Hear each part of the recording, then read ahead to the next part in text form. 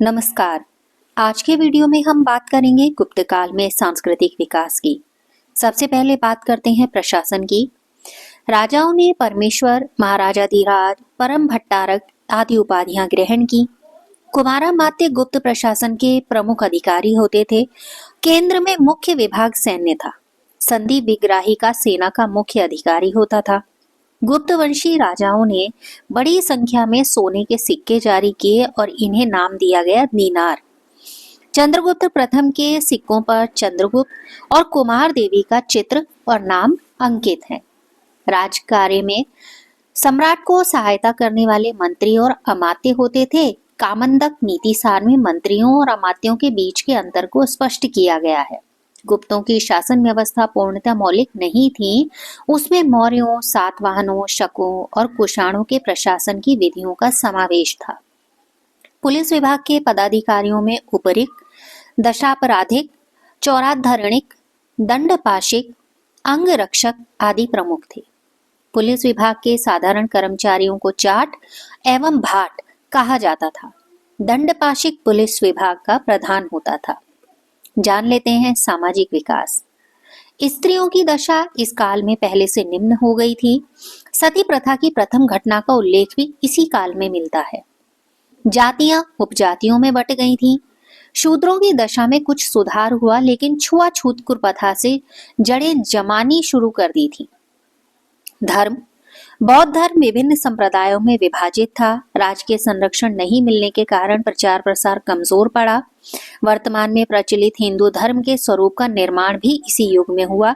भगवत गीता की रचना इसी युग में हुई और गुप्त शासक प्रायः वैष्णव थे। इस समय मंदिरों का निर्माण आरंभ हो गया था और चंद्रगुप्त द्वितीय तथा समुद्रगुप्त के सिक्कों पर विष्णु के वाहन गरुड़ की प्रतिमा अंकित है। स्कंदगुप्त का जूनागढ़ अभिलेख तथा बुद्धगुप्त का ऐरण स्तंभ लेख विष्णु की स्तुति से ही शुरू होता है। स्कंदगुप्त के बैल के आकार वाले सिक्के उसकी शैव धर्म में आस्था का प्रमाण है। कुमारगुप्त प्रथम के सिक्कों पर मयूर पर आरूढ़ कार्तिकेय यानी कि स्कंद की प्रतिमा अंकित है। गुप्त काल में अनेक प्रसिद्ध बौद्ध आचार्यों जैसे आर्यदेव, असंग, वसुबंधु, मैत्रेयनाथ, दिंगनाथ आदि का आविर्भाव भी हुआ। योगाचार दर्शन का गुप्त काल में बहुत विकास हुआ। जान लेते हैं इससे संबंधित कला के बारे में। गुप्त युग में विभिन्न कलाओं जैसे मूर्ति कला, चित्रकला, वास्तुकला, संगीत और नाट्य कला के क्षेत्र में बहुत उन्नति हुई। अत्यधिक देवताओं की मूर्तियों का निर्माण हुआ। मूर्तियों में विष्णु, शिव, पार्वती, ब्रह्मा आदि, इसके अलावा बुद्ध तथा जैन तीर्थंकर की मूर्तियों का भी निर्माण हुआ। सारनाथ की बुद्ध मूर्ति, मथुरा की वर्धमान महावीर की मूर्ति, विदिशा की वराह अवतार की मूर्ति और झांसी की शेषशाही विष्णु की मूर्ति, काशी की गोवर्धन धारी कृष्ण की मूर्ति इसी युग मूर्ति कला के प्रमुख उदाहरण हैं। अजंता की 16, 17 और 19 गुफा के चित्र तथा बाघ इसी समय चित्रित किए गए, जो चित्रकला के सर्वोत्तम उदाहरण है। वास्तुकला के अंतर्गत विभिन्न मंदिर, गुफा, चैत्य विहार, स्तूप इनका निर्माण हुआ। इनके निर्माण में पत्थरों और पक्की ईंटों का प्रयोग किया गया। सारनाथ का धम्मेख स्तूप और राजगृह स्थित जरासंघ की बैठक गुप्त काल की ही देन है।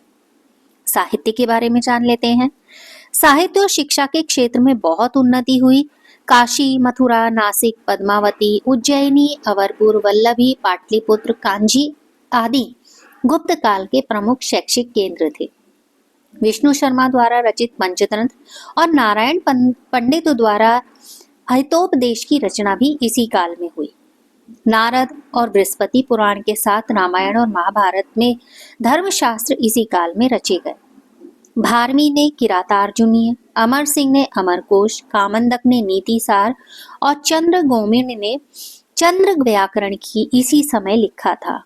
हरिसेन, वीरसेन, कालिदास, विशाखदत्त आदि इस युग के प्रसिद्ध विद्वान रहे। बौद्ध विद्वानों में असंग, वसुबंधु, दिंगनाथ, धर्मपाल, जैन विद्वानों में उपेशवती, सिद्धसेन और भद्रबाहु द्वितीय इसी समय के थे। विज्ञान के बारे में जान लेते हैं। गुप्त युग में गणित पदार्थ विज्ञान, धातु विज्ञान, रसायन विज्ञान, ज्योतिष विज्ञान और चिकित्सा विज्ञान की बहुत उन्नति हुई।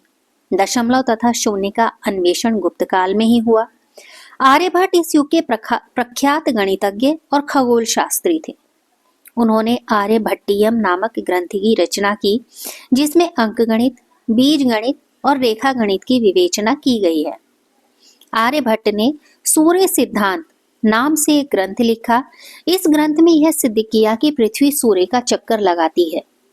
वराहमिहिर ने बृहत संहिता एवं पंच सिद्धांतिका नाम से खगोल शास्त्र के ग्रंथों की रचना की। ब्रह्मगुप्त का ब्रह्म सिद्धांत भी खगोल शास्त्र का एक प्रसिद्ध ग्रंथ है।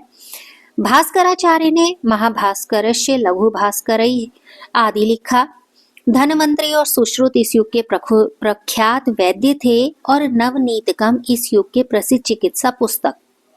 हस्तायुर्वेद पशु चिकित्सा संबंधी रचना है।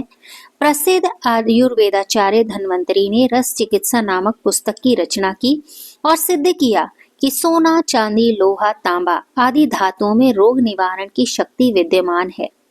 बाघभट्ट ने अष्टांग हृदय की रचना की थी। वाकाटक राजवंश। गुप्त साम्राज्य के समकालीन वाकाटक राजवंश विदर्भ में प्रभावशाली था तथा वाकाटक राजवंश की स्थापना विंध्य शक्ति ने 255 ईस्वी में की। इस वंश का प्रसिद्ध शासक प्रवरसेन था। उसने 4 अश्वमेध यज्ञ किए और सम्राट की उपाधि ग्रहण की। वाकाटक शासक रुद्रसेन द्वितीय का विवाह चंद्रगुप्त द्वितीय की पुत्री प्रभावती से हुआ था। प्रवरसेन द्वितीय ने सेतुबंध नाम से एक ग्रंथ रचा था। आज की वीडियो में इतना ही। अगले वीडियो में हम पढ़ेंगे गुप्तोत्तर काल को। नमस्कार।